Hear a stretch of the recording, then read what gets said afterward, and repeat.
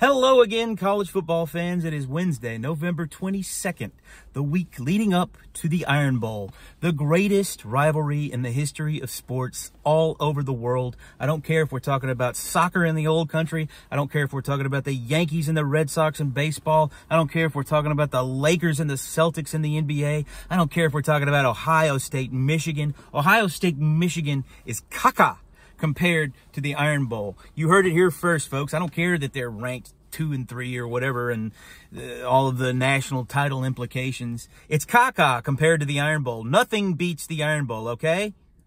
All right. Now, that being said, I'm going to try to calm down a little bit. But I want to give Alabama fans a public service message right now. Attention, Alabama fans. Hush up about the college football playoff rankings, okay? First of all, there's tons of football left to be played. Who knows what could happen? We've got rivalry week. It's hard to say, isn't it? Rivalry week coming up. We've also got the conference championship week coming up. So all kinds of chaos can still ensue. But that's neither here nor there right now because, you know, first of all, if we don't beat Auburn in Jordan-Hare, which is our house of horrors, by the way, Paul Feinbaum said recently that it was Nick Saban's Waterloo, and that's 100% true. But if we can't win that game, all that stuff is a moot point, first of all. Another reason that we shouldn't worry about that game is because the Alabama-Georgia SEC championship game has already been set. And come on, let's be honest. Any college football fan that has any knowledge at all about it and is being honest with themselves, we all know that that is the game that's going to determine who the best program, the best team in college football is right now. Alabama and Georgia, and everybody else is just trying to get into the party, okay? We all know that. There's not much of an argument for, except maybe for Ohio State, and they'll be able to make their case after next week if they want to, but I believe that the SEC championship game, when it's Georgia and Alabama humming the way they are right now, that just transcends the national championship. And if you're a Bama fan, what's going to help or hurt Alabama's status in the hierarchy of college football? I mean, is adding another national championship to the pile of national championships, that's not going to really add to our legacy all that much. It's not going to add to our status. But what would take away from our status is if all of a sudden an SEC challenger like Georgia does something that we've never done, which is win 3 straight national championships. And all of a sudden we have to hear about how Kirby Smart is the reason that Alabama's Nick Saban dynasty was so good and he's going to be better. And I mean, right now, I don't think that argument holds a lot of water, but if they win 3 in a row, it does. All of a sudden, 3 in a row is something no one has ever done in the modern era, and we'll have to deal with that. We'll have to hear about how, Alabama's just another one of the great SEC programs, blah, blah, blah, blah, blah, and all that kind of stuff. Now, I know we all know that Alabama is by far and away the king of college football of all time.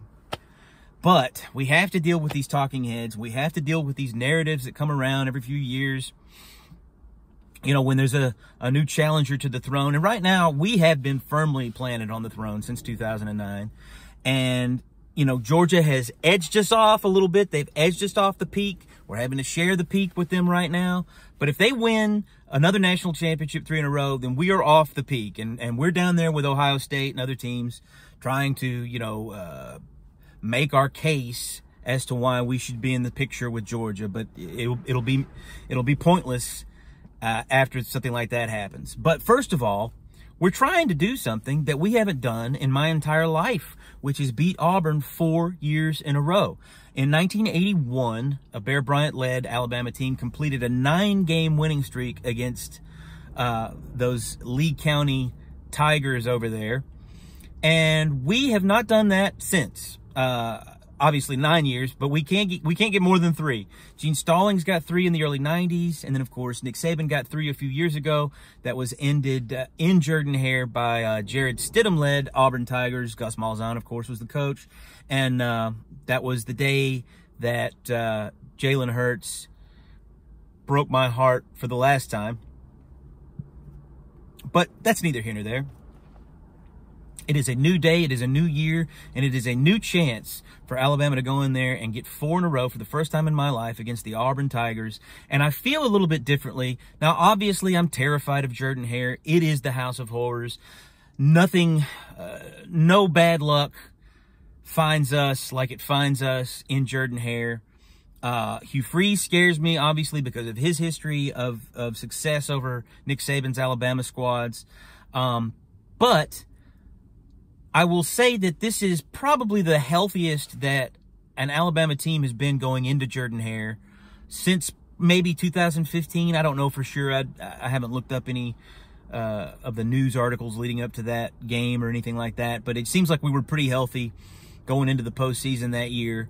Wound up winning the national title, of course. But this is the most healthy. You know, everybody remembers that Jamison Williams got knocked out because of that targeting call in 2021, which is a big factor, I think, that led to the epic nature of that game, where we had to do the, you know, Bryce Young's incredible, in my opinion, probably the most clutch, biggest comeback drive in the history of Alabama football, just to get us to overtime. And then it took 4 overtimes to beat them. A TJ Finley-led Auburn team, Brian Harsin head coach. That just shows you how dangerous that place is when you've got Bryce Young-led Alabama team, Heisman Trophy winner that year, Bryce Young, Nick Saban, goes in and has to use 4 overtimes to defeat a TJ Finley-led, pretty bad Auburn team. Let's just be honest.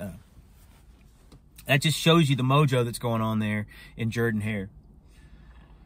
But after saying all that, I do feel like we are more healthy going into this game than we have been. I like our resiliency. I like the clutch nature of this team, especially Jalen Milroe. He's so good on third downs. He's so good when we're behind, or at least he has been since that, you know, second or third week way back in the beginning of the season. So I actually am pretty confident about us winning this football game in Jordan-Hare. But I don't think it's going to be easy. You know, I mean, I would love for us to get off to a quick, fast start. I would love for us to, you know, play a clean game and just get an early lead and hold on to it for the whole ball game.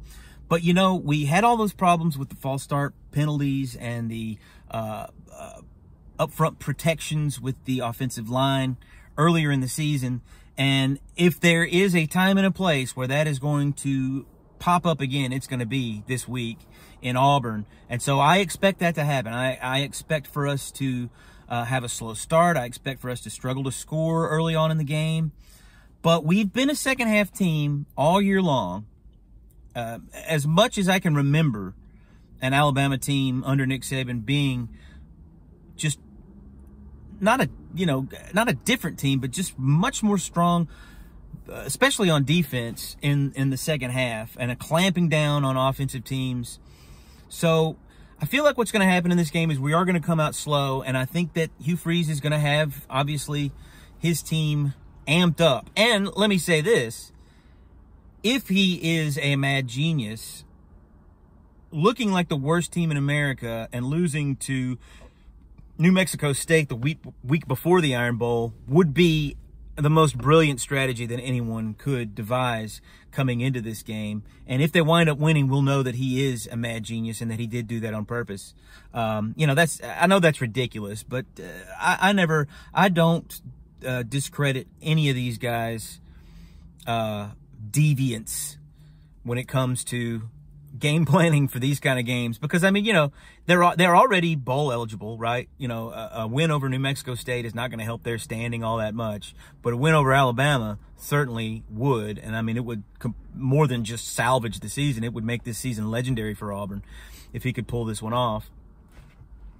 But I just don't think that they have the offensive firepower to be able to get a lead and maintain it against this Alabama team, unless something, you know, tragically disastrous happens, like Milroe gets hurt or something like that.